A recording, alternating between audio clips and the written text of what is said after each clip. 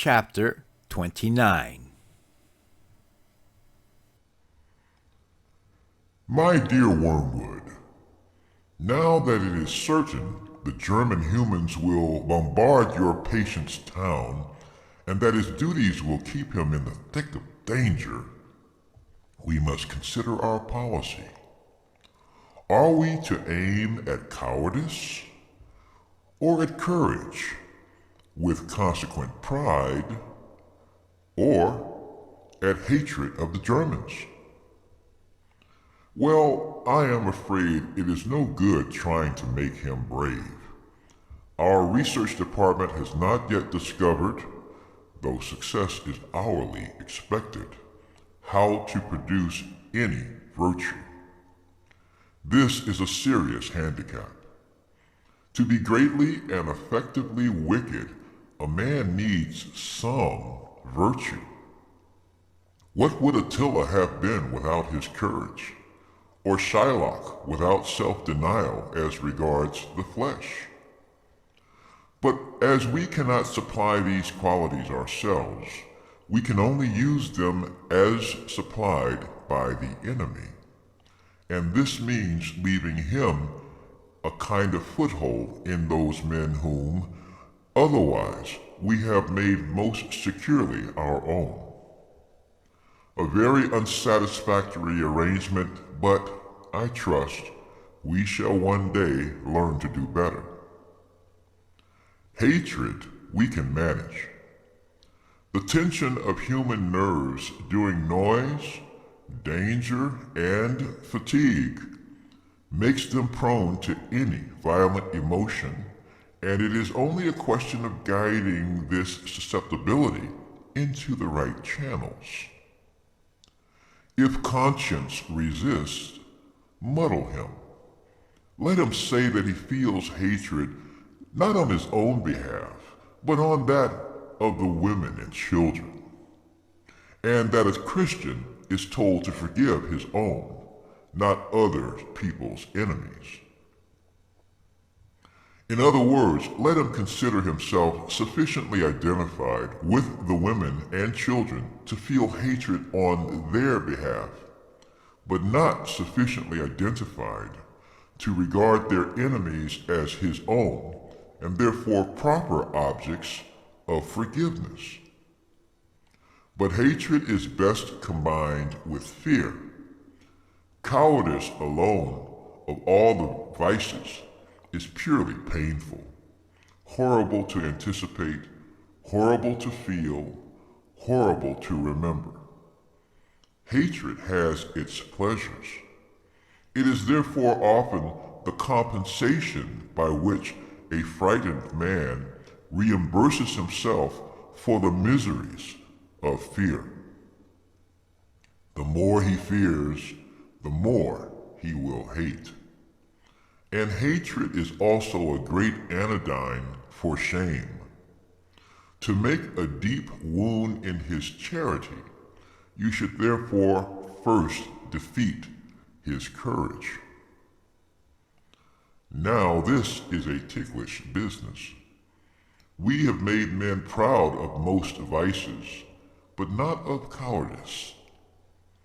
Whenever we have almost succeeded in doing so, the enemy permits a war, or an earthquake, or some other calamity, and at once courage becomes so obviously lovely and important even in human eyes that all our work is undone, and there is still at least one vice of which they feel genuine shame.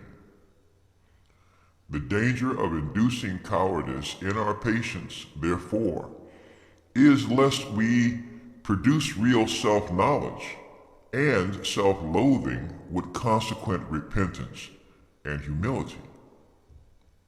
And in fact, in the last war, thousands of humans, by discovering their own cowardice, discovered the whole moral world for the first time.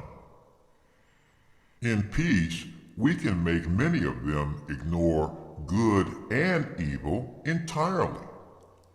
In danger, the issue is forced upon them in a guise to which even we cannot blind them. There is here a cruel dilemma before us. If we promoted justice and charity among men, we should be playing directly into the enemy's hands. But if we guide them to the opposite behavior, this sooner or later produces, for he permits it to produce, a war or a revolution, and the undistinguishable issue of cowardice or courage awakes thousands of men from moral stupor. This, indeed, is probably one of the enemy's motives for creating a dangerous world, a world in which moral issues really come to the point. He sees as well as you do that courage is not simply one of the virtues, but the form of every virtue at the testing point, which means at the point of highest reality. A chastity or honesty or mercy which yields to danger will be chaste or honest or merciful only on conditions. Pilate was merciful till it became risky. It is therefore possible to lose as much as we gain by making your man a coward. He may learn too much about himself. There is, of course, always the chance, not of chloroforming the shame, but of aggravating it and producing despair. This would be a great triumph. It would show that he had believed in and accepted the enemy's forgiveness of his other sins only because he himself did not fully feel their sinfulness. That in respect of the one vice which he really understands in its full depth of dishonor, we cannot seek nor credit the mercy. But I fear you have already let him get too far in the enemy's school, and he knows that despair is a greater sin than any of the sins which provoke it. As to the actual technique of temptations to cowardice, not much need be said. The main point is that precautions have a tendency to increase fear. The precautions publicly enjoined on your patient, however, soon become a matter of routine, and this effect disappears. What you must do is to keep running in his mind, side by side with the conscious intention of doing his duty, the vague idea of all sorts of things he can do or not do inside the framework of the duty, which seemed to make him a little safer. Get his mind off the simple rule, I've got to stay here and do so-and-so, into a series of imaginary lifelines. If A happened, though I very much hope it won't, I could do B.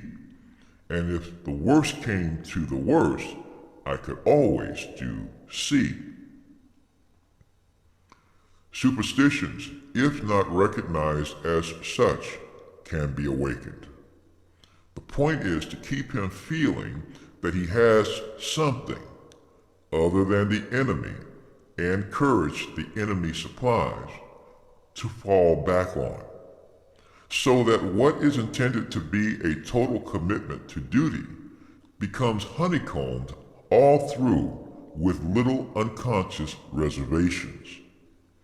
By building up a series of imaginary expedients to prevent the worst coming to the worst, you may produce at that level of his will which he is not aware of, a determination that the worst shall not come to the worst. Then, at the moment of real terror, rush it out into his nerves and muscles, and you may get the fatal act done before he knows what you are about.